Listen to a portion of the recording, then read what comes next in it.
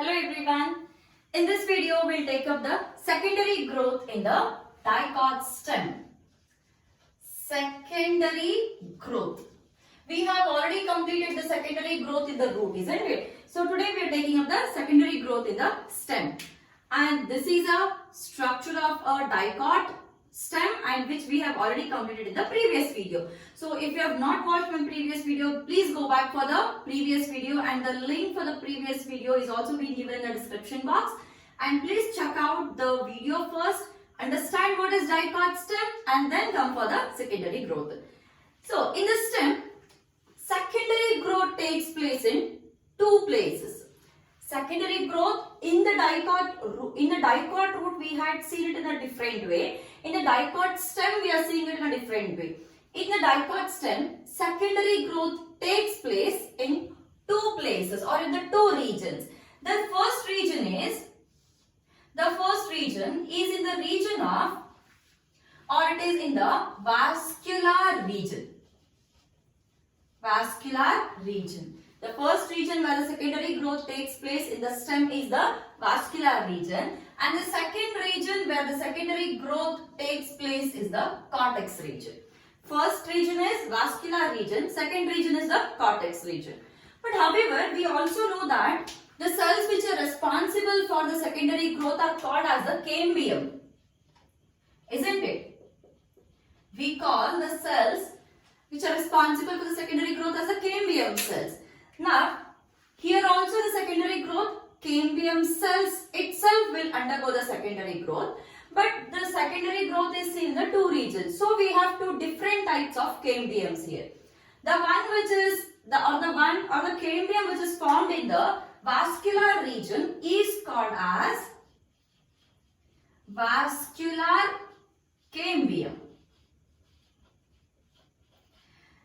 The cambium cells which are responsible for the secondary growth in the vascular region are called as the vascular cambium, and the cambium cells which are responsible for the secondary growth in the cortex region is called as cork cambium. It is called as cork cambium. So vascular cambium and cork cambium, these are the two lateral meristems. So these are the two lateral meristems. These are the two lateral meristems which are responsible for the secondary growth in the dicot stem. So dicot stem, the secondary growth takes place in two regions. First is the vascular region, second one is the cortex region. The cambium which is responsible for secondary growth in the cortex region is called as cork cambium. The one in the vascular region is called as the vascular cambium. And these two together, these are the lateral meristems. Firstly, we will take up the vascular cambium. What is the activity of the vascular cambium? How vascular cambium is responsible for the secondary growth in the vascular region? We know what is vascular region, right? Vascular region is nothing but the xylem and phloem. So, but before moving to that, let me just revise it very quickly. We have epidermis, stem hairs which are called as trichomes, and this is the collenchyma, then the parenchyma, pericycle region, phloem, then the cambium, and the metaxylem and protoxylem. The one which I have written here is the primary phloem and the primary xylem. Now, these cells which are next to the xylem and phloem, all through this, okay, this is present all through the phloem and xylem. It is present like this. So these are called as the medullary rays, and after the xylem we have the pit. Now the vascular region is between this phloem and xylem. This is the first region where the secondary growth is taking place. This is called as the vascular region, and here is the cortex region. Here is the cortex region where the secondary growth is taking place again. So here secondary growth is by the cork cambium, here the secondary growth is by the vascular cambium. So what is the activity of the meristems here? How these cambiums are actually producing the secondary cells, that we will see now. Here is the structure which I have drawn. So this structure is showing the epidermis. I have not written all the parts here. So this outermost layer, this is the epidermis, and then we have the cortex region here. So this cortex region will later concentrate on that. So right now we are just concentrating on this vascular region. So here this is the phloem, xylem and the cambium. So this is the phloem, this is a xylem and this is a cambium. So right now the phloem and the xylem which are present here, these are the primary phloem and the primary xylem. And now the cambium which is present here, this is also a primary cambium. And now the cambium is only present between the xylem and phloem of every single vascular bundle, isn't it? Try to understand this properly. The one which is present here, this cambium which is present, this is present between the xylem and phloem of every vascular bundle. So this is called as intra. Okay, this is intrafascicular. Fascicular. Fascicular. What is this fascicle? Fascicle means a bundle of xylem and phloem is called as a fascicle. So now intrafascicular, here intra, within the fascicle, within a bundle of the xylem and phloem there is a cambium. Hence we call it as intrafascicular cambium, which is like a primary cambium. And this is a primary xylem and this is a primary phloem. Now let's see what is the activity of this intrafascicular cambium and how is it responsible for the secondary growth.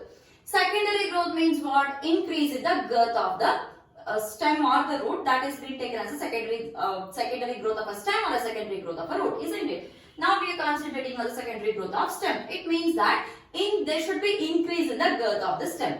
How exactly is that happening? See, the cells which are present here in between each vascular bundle, okay? Between each vascular bundle, there are few cells here like this. Okay, or otherwise we take up the same color. See, here there are some cells. And these cells are nothing but the medullary rays. These are nothing but medullary rays.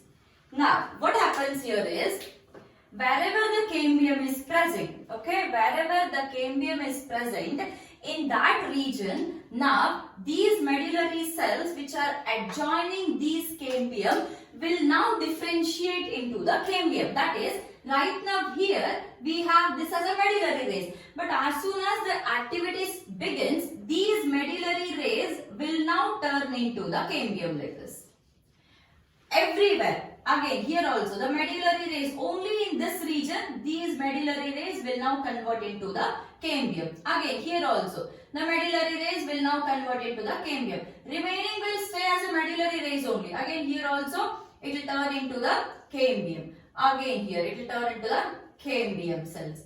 So what happens here is, previously the cambium was present in the form of the patches, hence we call it as a intrafascicular cambium. Now what is happening? Now the cambium is forming a ring, isn't it? Now this cambium ring is called as,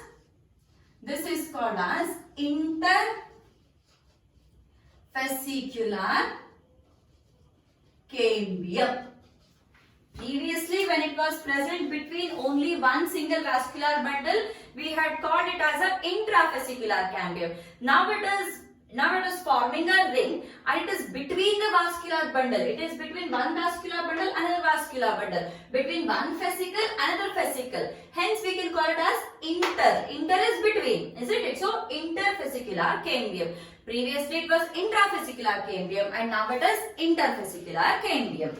So what happens next?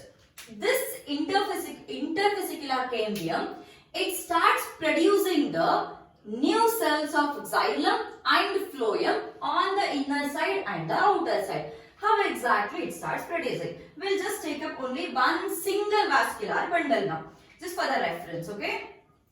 See, this is a vascular bundle present. In the vascular bundle, what has happened here? Here we have the phloem present, and this is the cambium present here. This is the cambium present, and then we have the xylem. This is how a vascular bundle is present. Now what happens? This particular vascular bundle, here inside this vascular bundle, the cambium will start producing the new cells. When the cambium starts producing new cells, here the cambium, okay, now the vascular bundle size has increased, and inside, okay, inside towards the pit, new xylem has to be formed. How is the new xylem formed? New xylem here, okay, we'll first write the cambium.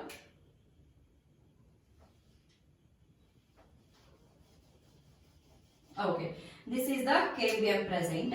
Now it starts forming the new xylem, which is called as the secondary xylem. And however, where is this old xylem, not the primary xylem? Primary xylem is also present here, but now the new xylem is also formed. Similarly, here the new phloem is formed. Along with this, the older phloem is also present, which has been pushed up. Here the old xylem is pushed down and the old phloem is pushed up. So when you see this in a complete structure, how exactly that looks like? We'll first have this particular cambium ring. Only we'll draw the cambium ring and then we'll see the structure. Okay, here is the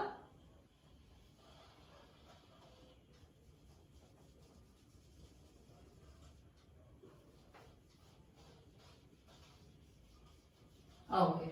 Here is the ring of the cambium. Now what happens? Inner side we have the xylem, isn't it? So how was the xylem present? Previously, here look into this, the xylem was present like this.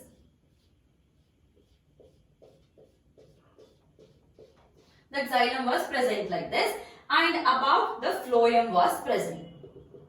Here all the phloem was present. Now what happens? Now the cambium has started producing the secondary xylem. If the secondary xylem is being produced, then where should this primary xylem go? Now what happens? The secondary xylem which is producing, that is getting produced here. On the inner side, the secondary xylem is getting produced, and this primary xylem is now shifting towards the inner side. Here, this is the secondary xylem which is getting produced. Secondary xylem is produced here, and inner to this now the primary xylem is being pushed inside. The primary xylem is getting pushed here. Here now on the outer side the secondary phloem is getting produced. If the secondary phloem is getting produced, now the space is accommodated by the secondary phloem. Then where should the primary phloem go? Primary phloem is being pushed upwards. Primary phloem is pushed upwards like this.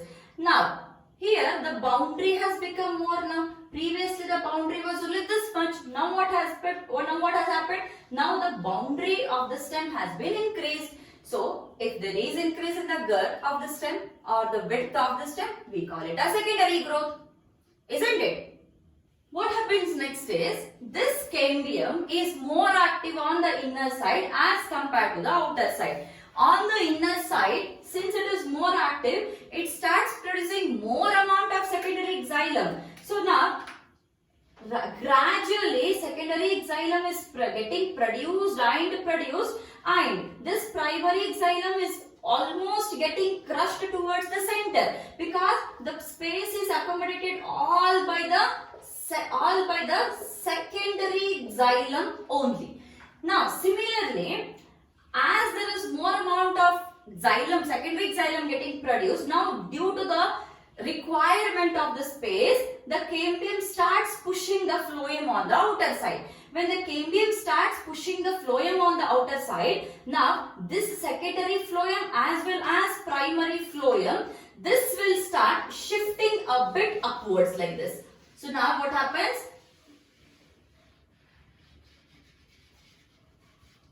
Here, the cambium which is present, here. Now, this cambium will also shift like this. The cambium which is present, this will also shift a bit outer like this. This is the cambium now. Because there is more amount of the secondary xylem getting produced. More and more secondary xylem is produced because the cambium is more active on the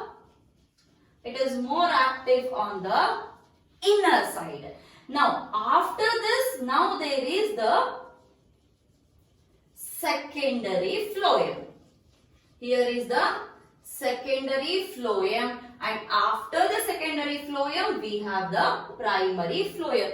So because of more activity of the cambium towards the inner side, the secondary phloem and the primary phloem will almost get crushed, and only a small amount of phloem will be remaining after the secondary growth. So very small amount. Now what happened? Now the much more the boundary is been increased. If the boundary of the vascular region has increased, then if the boundary of the vascular region has increased, then the boundary of the pericycle will shift much more upper, because now what has happened? Xylem has shifted. Xylem, previously this was a xylem size, now this is a xylem size.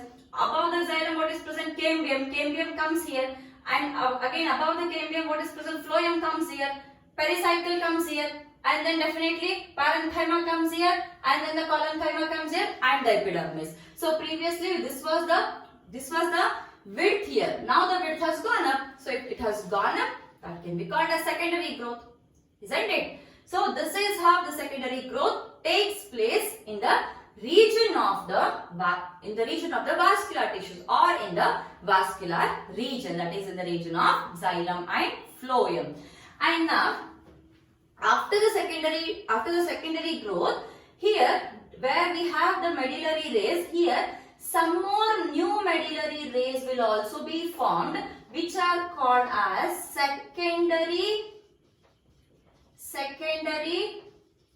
medullary rays, So this is the activity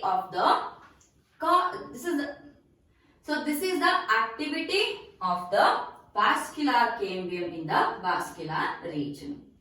In the next video, we'll take up the activity of the cork cambium. Thank you guys.